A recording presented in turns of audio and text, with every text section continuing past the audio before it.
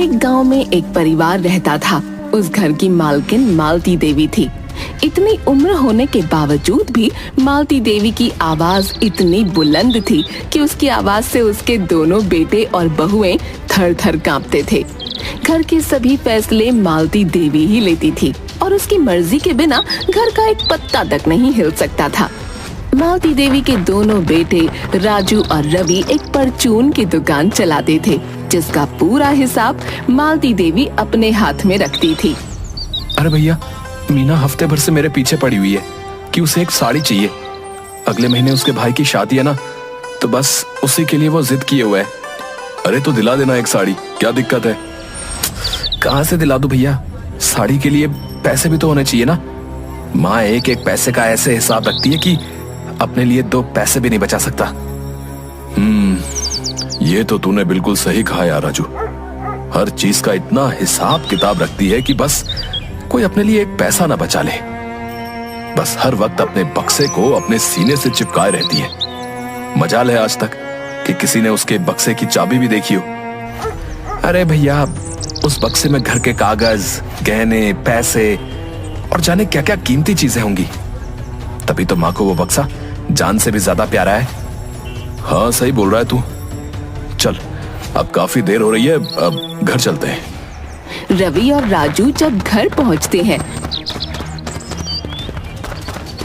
तो उन्हें दरवाजे पर से ही अपनी माँ के चिल्लाने की आवाज आ जाती है। वो जल्दी से अंदर जाते हैं। अरे माँ, क्यों चिल्ला रही हो मीना पर? क्या हुआ? देख, इतना तेल तैर रहा है सब्जी में। इतने तेल में तो हफ्ते भर की सब्जी बन जाया करती थी। अगर मेरी सास होती ना तो तेरी खैर न थी। वो तो मैं हूँ जो कुछ कहती नहीं, पर तुम सब इसी चीज का फायदा उठाते हो। माना कि तेरे पति की परचून की दुकान है, पर इसका मतलब कि तू 3 के डब्बे ही उलट देगी क्या? गलती हो गई माँ जी, मैं आगे से ध्यान रखूंगी। मीना वहाँ से मुंह बनाकर चली जाती है। उसके जाने के बाद राजू अपनी माँ से कुछ पैसे मांगता है। पैसे? किस बात के पैसे चाहिए? अब अभी तो दिए थे। माँ, उस बात को 1 महीना हो गया है और आपने पैसे ही कितने दिए थे? बस 200 रुपए। क्या होता है इतने पैसों से? आखिर हमारे भी तो खर्चे हैं कुछ। ऐसा क्या खर्चा आ गया तेरे ऊपर? सब राशन तो दुकान से आ रहा है। अब मीना के भाई की अगले महीने शादी है, तो उसे कुछ कपड़े लेने हैं। अच्छा भैया, अब मैं समझी। ये सब तेरी बीवी का किया धरा है। साड़ी की फरमाइश आई है मैडम की, तभी पैसे मांगे जा रहे हैं। पर तू भी सुन ले मेरी एक बात कान खोल कर। 1 पैसा नहीं देने वाली मैं तुझे। इतनी साड़ियाँ पड़ी हैं, उसी में से पहन लेगी। और ज्यादा चूंचा की ना तो जाने भी नहीं दूंगी। इसी बात पर तीनों में झगड़ा होने लगता है और आवाज बाहर तक जाने लगती है। तीनों आपस में लड़ ही रहे होते हैं कि इतने में वहाँ रामू आ जाता है। अरे अरे, ये सब क्या हो रहा है भाई? अरे आप सब लोग लड़ क्यों रहे हो? रामू, मेरा बच्चा तो शहर से आ गया। अच्छा हुआ बेटा जो तू आ गया। देख तेरी माँ के साथ क्या हो रहा है। कैसे दोनों मियाँ बीवी तेरी बूढ़ी माँ पर चिल्ला रहे हैं।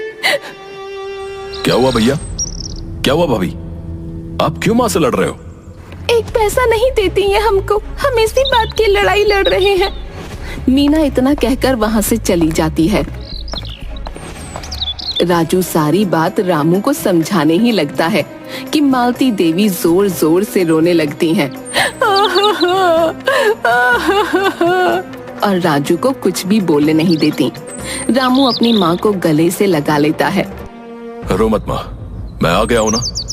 बेशक मैं तुम्हारा सौतेला बेटा हूँ, पर आपको सबसे ज्यादा प्यार करता हूँ माँ। अच्छा हुआ तू आ गया रामू। तू अब शहर मत जाना, यहीं रहना मेरे पास। हाँ माँ, मैं अब यहीं रहूंगा। उस दिन की लड़ाई तो पूरे मोहल्ले में पता लग जाती है और जैसे तैसे सब शांत होता है। कुछ दिन घर में शांति रहती है, पर एक सुबह जब शीतल अपनी सास को चाय देने जाती है तो उसकी सास वहाँ मरी पड़ी होती है। हे राम, ये क्या हो गया? अजी सुनते हो? जल्दी आओ, देखो माँ जी को क्या हो गया। शीतल की आवाज सुनकर सब लोग आ जाते हैं और मालती देवी को ऐसे पड़े देख उनकी हालत बुरी हो जाती है। माँ, माँ, ये क्या हो गया माँ? ये क्या हो गया माँ को? माँ, माँ कुछ तो बोलो माँ, कुछ तो बोलो। राजू जल्दी माँ को हॉस्पिटल ले चल। कोई फायदा नहीं है भैया, माँ इस दुनिया में नहीं रही, हमें छोड़कर चली गई। माँ जी ऐसा नहीं हो सकता। माँ जी आप मुझे छोड़कर नहीं जा सकती। माँ जी। मीना, ये क्या हो गया मीना? रोने की आवाज सुनकर बाहर से पड़ोसी भी वहाँ आ जाते हैं। मालती देवी को ऐसे देखकर वो सभी चौंक जाते हैं। अरे भाई ये देखो, माँ जी के गले पर तो उंगलियों के निशान है। माँ जी अपने आप नहीं मरी है भैया, इनका तो किसी ने मर्डर किया है। जल्दी पुलिस को बुलाओ।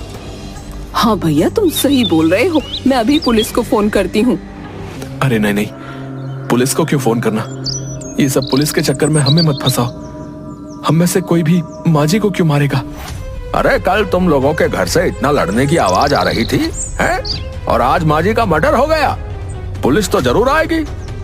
शांता पुलिस को फोन कर देती है और तुरंत वहाँ पुलिस आ जाती है।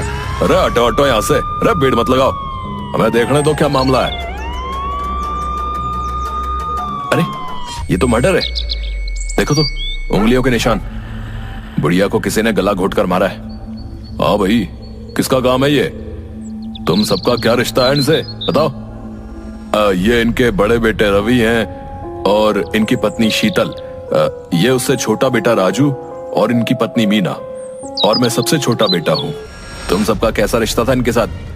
मतलब किस किस की नहीं बनती थी? हमारी तो माँ जी से कोई लड़ाई नहीं थी। अच्छा, कल जो तुम इतना लड़ रही थी वो, और तुम्हारा पति राजू भी, वो क्या था?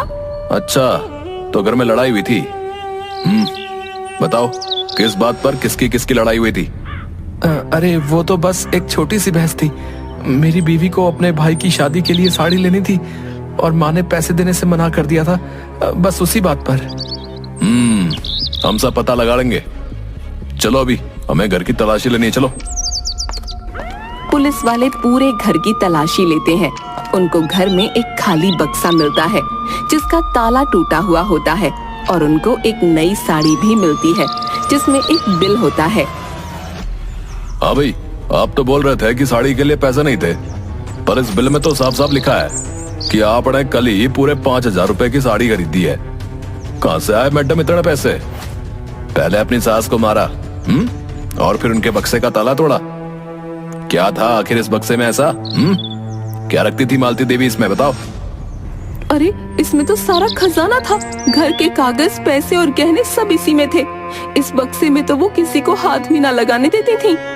मुझे तो इसमें इनके बेटे का भी हाथ लग रहा है। जब मैंने पुलिस को फोन करने की बात बोली तो इनके बड़े बेटे रवि ने मुझे फोन करने से भी रोका। अरे पर लड़ाई तो कल छोटे बेटे से हो रही थी ना। हाँ भाई, इनको सबसे पहले मरा हुआ किसने देखा था? कौन आया था इनके पास? जी, वो मैं चाय देने आई थी। पर आज तो माँ का उपवास होता है ना भाभी। उपवास में तो वो एक बूंद पानी भी नहीं पीती। यह केस तो बहुत ही कॉम्प्लिकेटेड है, पर हम भी पता लगा ही लेंगे कि आखिर मालती देवी का कातिल कौन है। जब तक ये केस सॉल्व नहीं होता तब तक तुम में से कोई भी यहाँ से कहीं नहीं जाएगा, समझे? पुलिस वाले वहाँ से चले जाते हैं और मालती देवी की लाश को पोस्टमार्टम के लिए दे देते हैं। सब लोग एक दूसरे पर शक कर रहे होते हैं कि आखिर मालती देवी का कातिल है कौन। पुलिस वाले अपनी छानबीन के लिए अक्सर घर आकर पूछताछ करते हैं। इतने दिन की पूछताछ के बाद पुलिस वालों को मालती देवी के कातिल का पता चल जाता है। वो हथकड़ी लेकर घर आते हैं। आखिर इतने दिन की कड़ी मेहनत के बाद आज हमें पता चली गया कि कातिल कौन है। अब कौन है कातिल? अरे तुम्हारा भाई। ये सुनकर सबके चेहरों का रंग ही उड़ जाता है।